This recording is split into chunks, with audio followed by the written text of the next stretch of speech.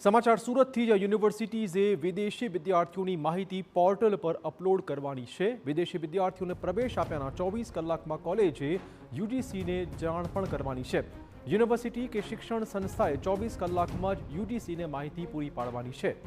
વિઝાના ગેરઉપયોગને રોકવા માટે યુજીસીએ નિયમો કડક બનાવ્યા છે। યુનિવર્સિટીઝમાં વિદેશી વિદ્યાર્થીઓના નામે ફેક એડમિશન રોકવા કવાયત શરૂ કરાઈ છે। યુનિવર્સિટી ગ્રાન્ટ કમિશને થોડા સમય પહેલા ઇમિગ્રેશન એન્ડ ફોરેનર એક્ટ 2025ના અમલવારી માટે દેશ આખાની યુનિવર્સિટીઝને સૂચના આપી છે।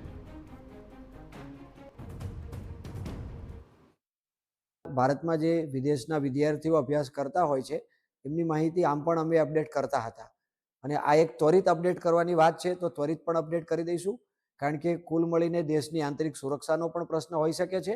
એટલે સરકાર દ્વારા જે કંઈ નિર્ણય લેવાયેલો છે કે ત્વરિત માહિતી આપવાની છે એ ખરેખર ખૂબ સારો નિર્ણય છે અને એનું પાલન અત્રે પણ કરવામાં આવશે।